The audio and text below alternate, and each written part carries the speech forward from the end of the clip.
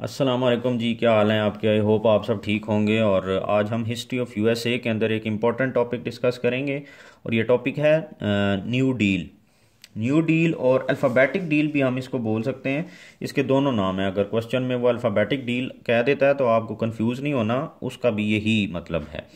तो new deal का किसने दी, कब ये हुई और ये फिर ख़त्म कब हुई, तो ये हम देखते हैं कि फ्रैंकलिन डिलानो रोजवेल्ट ने ये डील दी और 1932 में वो इलेक्ट होके प्रेसिडेंट बने और फिर उन्होंने चार टर्म्स तक, चार टर्म्स जो हैं वो लगाई अमेरिका के अंदर। और फिर 32 में वो आए, वो 36 में भी दोबारा इलेक्ट हुए, 40 में दोबारा और फिर 44 में। और फिर उसके बाद वो फोर्थ हो गए, जिसकी वजह से वो प्रेसिडेंट अदरवाइज हो सकता था वो एक दफ़ा फिर इलेक्ट हो जाते। तो ये बंदा जो था प्रेसिडेंट बने और इन्होंने ये डील दी। अब ये डील की ज़रूरत क्यों थी? ये वही है कि जब ग्रेट डिप्रेशन आया तो मुल्क के अंदर एक ऐसी सिचुएशन डेवलप होगी कि अनएम्प्लॉयमेंट आ गई, बैंक्स करप्ट हो गए, कंपनी चली गई, उनके पास पैसा नहीं रहा और इवन के फूड सिक्योरिटी जैसी कंडीशन डेवलप हो गई। एक डेवलप दुनिया का एक डेवलप मुल्क जो था उसके अंदर। तो अब इस बंदे ने ये स्लोगन दिया कि मैं एक डील दूंगा जिससे मैं अपने मुल्क को इस ग्रेट डिप्रेशन से निकाल के ले आऊँगा और मुल्क के अंदर दोबारा इकोनॉमिक प्रोस्पेरिटी आ जाएगी। तो लोगों ने इसको इलेक्ट किया और इसने आकर नंबर ऑफ एक्ट्स पास किए अमेरिका को ग्रेट डिप्रेशन से बाहर निकालने के लिए। तो बेसिकली इम्पोर्टेंट जो हैं वो ये एक्ट्स हैं जो हमने पढ़ने हैं और समझने हैं कि किस तरीके से इसने काम किया और फिर इन इम्पैक्ट्स ने मदद की, सॉरी इन एक्ट्स ने मदद की अमेरिका को ग्रेट डिप्रेशन से बाहर निकालने के लिए। तो पहला जो एक्ट है that is FERA. What is FERA? FERA is federal emergency relief act. ये एक्ट जो था ये पास किया गया इमरजेंसी बेसिस के ऊपर लोगों को रिलीफ देने के लिए। अब ये किस तरीके से रिलीफ दिया गया? ये रिलीफ दिया गया, प्रेसिडेंट ने ये एक्ट पास किया और इसके तहत उन्होंने एक किचन जो है वो इस्टेब्लिश कराया और उस किचन का नाम था सूप किचन। अब सूप किचन जो था वो क्या कर रहा था कि वो लोग जो कि अनएम्प्लॉयड थे और उनके पास काम ना होने की वजह से पैसे इतने नहीं थे कि वो खाना खा सकें और इस तरीके की सिचुएशन में थे, तो उन लोगों को फूड प्रोवाइड करने के लिए ये सूप किचन इस्टेब्लिश किया गया और इस सूप किचन के ज़रिए उन लोगों को फूड प्रोवाइड किया गया। और इसके साथ साथ क्योंकि रोड्स के ऊपर लोग सोने के लिए मजबूर थे तो उनको ब्लैंकेट्स वगैरह प्रोवाइड की गई ताकि वो वहाँ पर इजीली सो सकें। नंबर 2, सेकंड एक्ट जो था फेडरल हाउसिंग अथॉरिटी जो है वो बनाई गई, इस्टेब्लिश की गई। फेडरल हाउसिंग अथॉरिटी क्या थी? क्योंकि लोग जो थे वो होमलेस हो चुके थे। अब एक बंदा जो रेंट पे रहता है और अनएम्प्लॉय हो गया तो उसके पास रेंट तो नहीं है कि वो वहाँ पर दे सके और फिर ना ही ओनर ने उसे रहने देना है। तो इस तरीके के जो लोग थे उनको हाउसेस प्रोवाइड करने के लिए, होम्स प्रोवाइड करने के लिए फेडरल हाउसिंग अथॉरिटी बनाई गई और इस अथॉरिटी ने उन लोगों को होम्स, हाउसेस प्रोवाइड किए जहाँ पर वो उनके रहने के लिए, ताकि वो रह सकें। फिर एक और एक्ट पास किया जिसके तहत इमरजेंसी बैंकिंग एक्ट था ये, और इसके तहत ये हुआ कि बैंकिंग को दोबारा रिवाइव करने की कोशिश की उन्होंने। इमरजेंसी बैंकिंग एक्ट क्या था? ईबीए।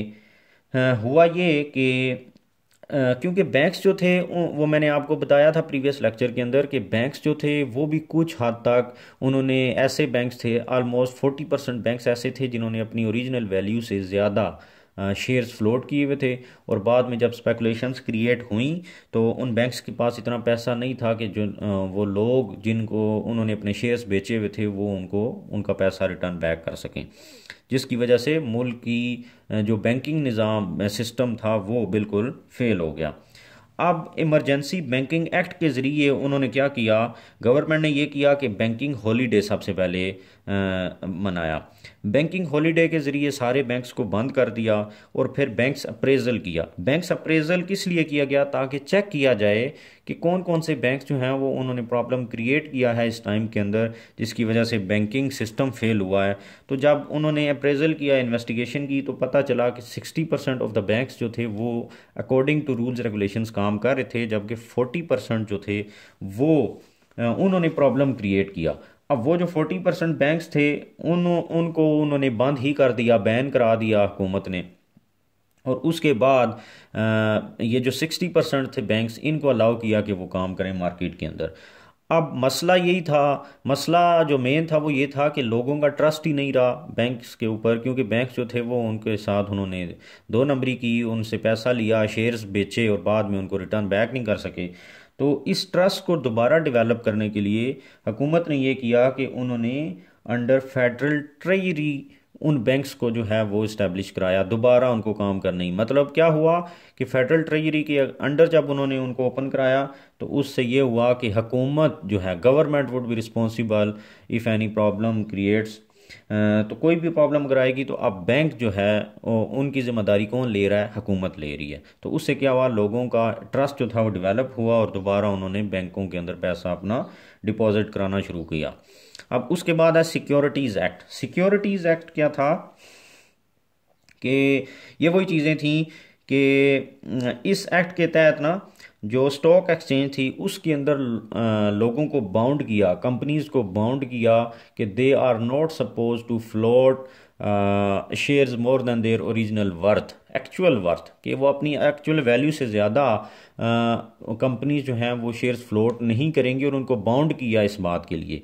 अब जब बाउंड कर दिया तो उसका फ़ायदा क्या हुआ कि अगर दोबारा कभी ऐसी सिचुएशन, ऐसी स्पेकुलेशंस क्रिएट होती हैं कि लोग जो हैं वो शेयर्स बेचना शुरू कर देते हैं, तो कंपनीज के पास उतना पैसा होना चाहिए कि वो अपने शेयर्स के बदले वो पैसा जो उन्होंने लिया हुआ है वो पैसा वापस कर सकें।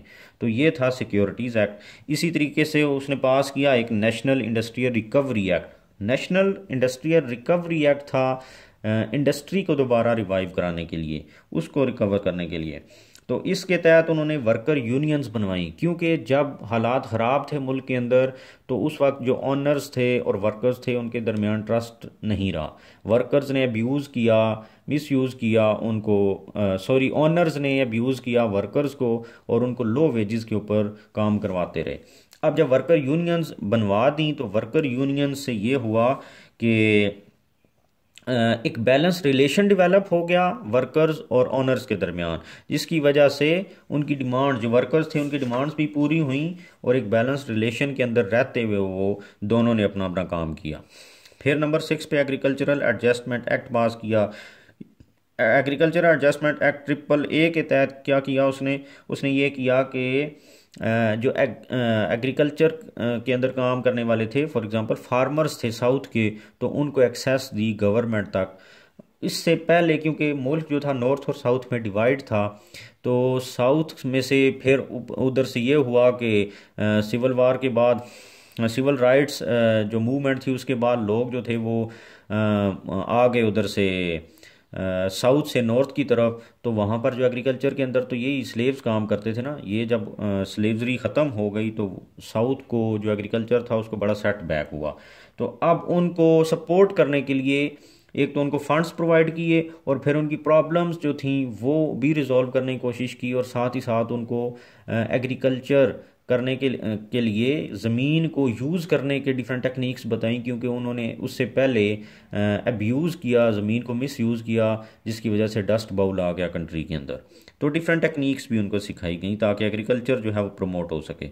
Number 7 workers progress administration act पास किया। इसके तहत क्या किया, क्योंकि जो फीरा था, फीरा के तहत इमरजेंसी रिलीफ तो मिला कि लोगों को खाने के लिए कुछ खुराक दी और सोने के लिए उनको चादरें दे दी, ब्लैंकेट्स दी, बिस्तरे दिए कि वो सो सकें। उसके बाद अब हुकूमत कब तक ये देती, उस हुकूमत ने कोशिश की कि उनके लिए एम्प्लॉयमेंट जनरेशन की जा सके, कि जब उनको एम्प्लॉयमेंट मिलेगी तो वो खुद उनकी परचेजिंग पावर बढ़ जाएगी और वो अपना खर्चा खुद उठा पाएंगे। तो उससे ये हुआ कि गवर्नमेंट ने क्या किया, ये जो अनएम्प्लॉयड लोग थे इनको इनसे स्कूल्स, कॉलेजेस और इंफ्रास्ट्रक्चर फेडरल के अंदर जो है बनवाना शुरू कर दिया। और एज अ रिज़ल्ट, और इसके साथ साथ क्या किया, उन लोगों को वहाँ पर खाना दिया और सामान दिया जो उनकी ज़रूरत का था, और उनकी फैमिलीज़ को $1 पे किया जो जो वहाँ पर काम कर रहा था। तो एज अ रिज़ल्ट क्या हुआ कि जब डील ख़त्म हुई तो एंड पे इतना ज़्यादा हंड्रेड्स एंड थाउजेंड्स जो थी वो नंबर के अंदर इंफ्रास्ट्रक्चर और स्कूल कॉलेजेस बन चुके थे, और लोगों की परचेजिंग पावर जो थी वो भी बढ़ चुकी थी, ताकि और उससे क्या हुआ कि अनएम्प्लॉयमेंट भी ख़त्म हो गई और इंफ्रास्ट्रक्चर भी बन गया और लोगों को उनकी परचेजिंग पावर भी बढ़ गई। इसके साथ साथ सिविलियन कंजर्वेशन कॉर्प्स एक्ट था CCC। इसके तहत ये हुआ कि जो इन्वायरमेंटल डिग्रेडेशन थी वो ख़त्म करने की कोशिश की गवर्नमेंट ने। अब वो क्या थी कि हुकूमत ने ये किया कि जो अनमैरिड लोग थे और अनएम्प्लॉयड लोग थे उनको एक काम पे लगा दिया। बेसिकली ये भी एम्प्लॉयमेंट जनरेशन की एक कोशिश थी। गवर्नमेंट ने ये किया कि उनको यूज़ किया मुल्क के अंदर पौधे लगाने के लिए। वही काम किया कि जहाँ जहाँ पर वो काम कर रहे थे वहाँ पर उनको फूड वगैरह और बाकी सामान जो नेसेसरी था वो दिया, और उनकी फैमिलीज़ को $1 पे करते रहे, जिससे एक तो उनको एम्प्लॉयमेंट मिली, दूसरा फैमिली की परचेजिंग पावर बढ़ गई, और तीसरा इन्वायरमेंटल डिग्रेडेशन ख़त्म हो गई। फिर नंबर 9 पे टेनेसी वैली अथॉरिटी बनाई। टेनेसी वैली जो अथॉरिटी थी उसका एक बड़ा मकसद था, और वो ये था कि टेनेसी रिवर जो था उसके अंदर फ्लड्स आ जाते। जब फ्लड्स आते थे तो उसके साथ साथ एरियाज़ के अंदर जो एग्रीकल्चर था वो तबाह हो जाता था।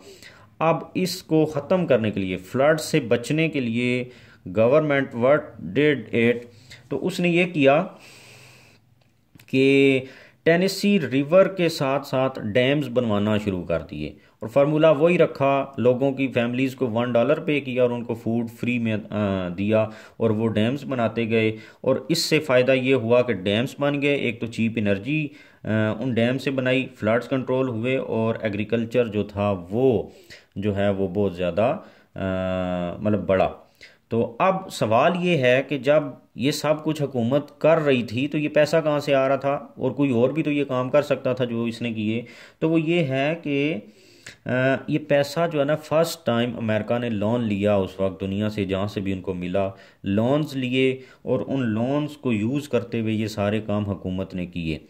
अब लेकिन हुआ ये कि जब रोजवेल्ट जो था वो मर गया तो उसके बाद हुकूमत ने नहीं, जो जुडिशरी थी उसने इसको जुडिशियल वीटो कर दिया, क्योंकि वो बंदा जो था वो 4 दफ़ा इलेक्ट हुआ और वो बहुत पावरफुल बंदा था। वो उसके होते हुए गवर्नमेंट ने जुडिशरी ने इतनी हिम्मत नहीं की कि इस डील को जुडिशियल वीटो किया जाए। तो अब ये सारा पैसा क्योंकि लोन का था तो लोन के ऊपर मुल्क तो चल नहीं पाते, जिसकी वजह से जुडिशियल वीटो इसको किया गया और इस डील को एंड किया गया।